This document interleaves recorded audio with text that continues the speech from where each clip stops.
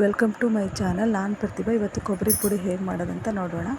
ಮೊದಲಿಗೆ ಒಂದು ಬೌಲು ಕಡಲೆ ತೊಗೊಂಡಿದ್ದೀನಿ, ಹುರಿಗಡಲೆ ತೊಗೊಂಡಿದ್ದೀನಿ, ಒಂದು ಬೌಲ್ ಫುಲ್ಲು, ಒಂದು ಬೌಲ್ ತೊಗೊಂಡಿದ್ದೀನಿ.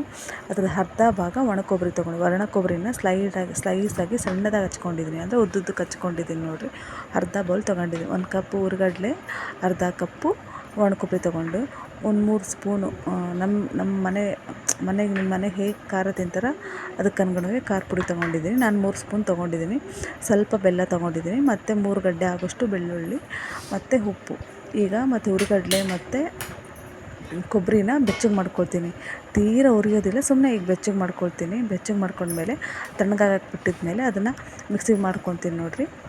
ಹುರಿಗಡಲೆ ಮತ್ತು ಕೊಬ್ಬರಿನ ಸೇರಿಸ್ಕೊಂಡು ಅದಕ್ಕೆ ಎರಡನ್ನೂ ಸೇರಿಸಿ ಮಿಕ್ಸಿಗೆ ಹಾಕ್ತೀನಿ ನಾನು.